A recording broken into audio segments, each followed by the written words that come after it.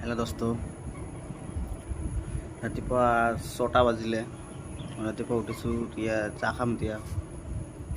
চাহ খাই আছোঁ। আশা কৰি সবাই ভালো আছেন, আমিও ভালো আছি।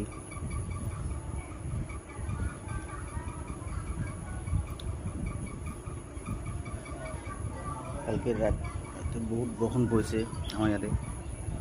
বৰষুণ পৰাৰ কাৰণে গোটেই কাম কৰা জেগা বেয়া হৈ গ'ল। একো কাম নকৰে এতিয়া, গোটেই কাম কৰা জেগাখিনি বেয়া হৈ গ'ল।